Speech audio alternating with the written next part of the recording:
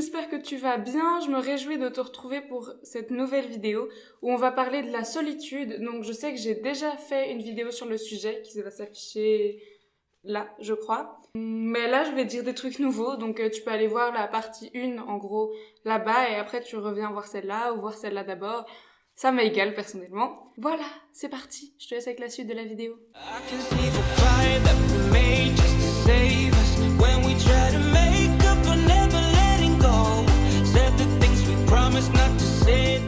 Bon, déjà, le premier truc que je voulais dire sur ce sujet, et qu'il me semble que je l'ai pas dit dans la première vidéo, peut-être que je me trompe, hein, mais c'est qu'il y a vraiment une différence entre être seul et se sentir seul. Donc, alone et lonely, il y a deux mots différents en anglais, mais en français pas, enfin c'est juste le verbe qui change. Mais en fait, c'est extrêmement important puisque tu peux tout à fait être entouré, avoir des amis, avoir des proches et quand même te sentir seul. Donc pas compris, un peu dans ta bulle, tout ça, et tout comme tu peux réellement être seul et bien le vivre en fait. Tu peux être seul, ne pas spécialement avoir de relations sociales et tout ça, et justement bien le vivre, être vraiment un ermite dans ta montagne et tout va très bien pour toi. Tu ne te sens pas seul, tu ne ressens pas la solitude de manière négative, et j'ai l'impression que c'est plutôt rare les personnes comme ça, mais ça existe tout à fait. Donc voilà, il n'y a pas de pression à ne pas être seul. Enfin si, justement en fait il y a une pression mais qui ne devrait pas exister. Typiquement c'est horrible tous les enfants, ou quand un des enfants est seul et n'a pas trop d'amis et tout ça, et tous les autres qui viennent lui crier autour ah t'as pas d'amis, le harceler vraiment, bah c'est horrible. Surtout que oui, des fois il y a des enfants qui en souffrent, mais déjà peut-être qu'ils en souffriraient pas si les autres enfants ils se moquaient pas de lui pour ce genre de raisons. Et peut-être aussi que justement pour lui c'est horrible parce qu'en soi il aime bien être seul, et le fait que les gens se moquent de lui pour aimer sa solitude, ça le fait remettre en cause toute sa personnalité et ce qu'il apprécie et tout ça. Donc c'est vraiment un problème dans notre société, je trouve, de pas laisser les gens faire ce qu'ils veulent. Il y a quand même beaucoup de pression par rapport aux relations sociales, au fait d'être en couple, au fait d'avoir des amis, d'être entouré. Et personnellement je trouve ça problématique, étant donné que y a pas tout le monde qui est hyper extraverti, y a pas tout le monde qui se fait des potes hyper facilement, y a pas tout le monde qui apprécie être avec des gens H24, et c'est tout à fait normal. Donc on devrait juste leur foutre la paix en fait à ces gens. Ok, donc ça c'était le premier message que je voulais faire passer dans ma vidéo, et donc si tu m'as écouté, je suis contente de t'avoir transmis ce message, et tu peux me dire ce que t'en as pensé dans les commentaires. Et sinon, la deuxième chose que je voulais dire, c'est que ta version d'être entouré, donc d'avoir des potes, de ne pas être seul, elle est différente de celle des autres. C'est-à-dire que c'est pas parce que certaines personnes ont un max d'amis ou ont vraiment genre un petit groupe qui se connaissent depuis 10 ans, c'est pas parce que certaines personnes ont des amis d'enfance, c'est pas parce que certaines personnes peut-être s'épanouissent plus en couple ou s'épanouissent vraiment dans un cadre familial, c'est pas parce que toutes ces personnes-là ont ça que toi tu devrais te sentir mal si tu n'as pas une de ces choses.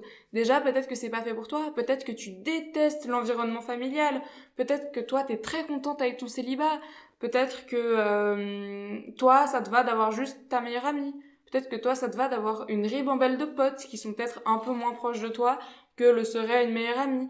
Vraiment, chacun a sa façon d'être social et a sa façon d'être épanoui socialement. Et tu devrais pas en fait te mettre à vouloir des choses et à vouloir certaines amitiés ou certaines relations avec des gens, typiquement une relation de couple, uniquement parce que la société te dit que c'est bien, ou parce que tu vois tous tes potes être en couple, parce que tu vois dans les films, vraiment dans toute la pop culture, ça te sort que tu dois absolument avoir une meilleure amie, vous faites tout pareil, les 400 coups, ou alors que vraiment le but ultime d'une vie c'est d'avoir une vie amoureuse remplie. Peut-être que toi c'est pas ça que tu cherches, c'est pas ça dont tu as besoin, et tu devrais pas te sentir obligé de te sentir mal par rapport au fait de ne pas avoir ces choses, surtout si avant tu vivais très bien comme ça. Et s'il te manque ces choses, tu devrais pas te sentir mal parce que peut-être que c'est pas fait pour toi, ou peut-être que ça arrivera pour toi plus tard, mais tu peux en tout cas pas forcer le destin ni forcer les relations qui se créent au fil du temps, tout simplement. Peut-être que tu n'as pas rencontré les bonnes personnes.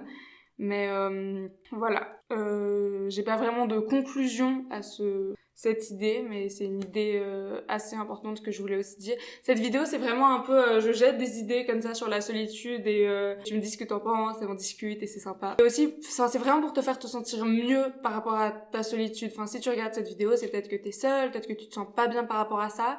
Et oui, tu peux te sentir mal par rapport à ta solitude, mais est-ce que tu te sens mal intrinsèquement ou est-ce que tu te sens mal à cause de la société? Je trouve que c'est une question importante à soulever. Ensuite, on passe vraiment à une espèce de deuxième partie de la vidéo où je t'explique un peu vraiment les trucs à ne pas faire si tu te sens seule et si tu ressens de la solitude.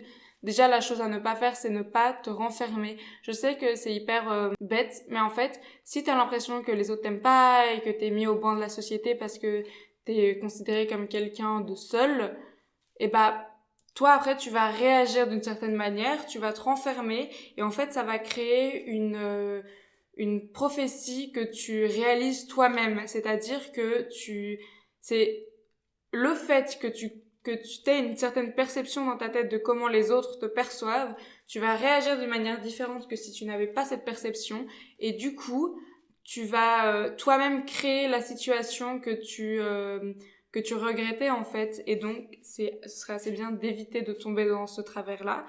Et sinon, il y a vraiment une espèce de cercle vicieux de la solitude en fait où si tu veux, t'es dans ta solitude, du coup, c'est plus facile de te confier, c'est plus difficile de te confier. Du coup, tu te sens plus isolé. Et du coup, c'est plus difficile encore de créer des liens. Et c'est vraiment le serpent qui se mord la queue et ça continue. Et ouais, et c'est vraiment une spirale infernale. Donc, dès que tu sens que peut-être tu te mets volontairement à l'écart comme ça, essaye vraiment d'aller contre ton instinct en fait et de te dire bon bah là j'y vais en fait, je prends sur moi et c'est moi qui vais aller parler aux gens parce qu'effectivement enfin peut-être que les gens ils flippent autant que toi d'aller parler aux autres, du coup c'est toi qui le fais, t'auras l'air sympa et les gens ils vont certainement pas te claquer la porte au nez, tu vois. Vraiment essayer de se sortir de ce cercle le plus rapidement possible, c'est tout ce que je peux te conseiller. Et voilà, sur ce, c'est la fin de cette petite vidéo. J'espère qu'elle t'a plu. J'espère que tu vas considérer t'abonner à ma chaîne, ça me ferait hyper plaisir, que tu vas la liker, que tu vas la partager avec tes cops et que tu vas me dire ce que t'en as pensé dans les commentaires. Ça m'a fait super plaisir de te parler. Prends soin de toi. Bye bye.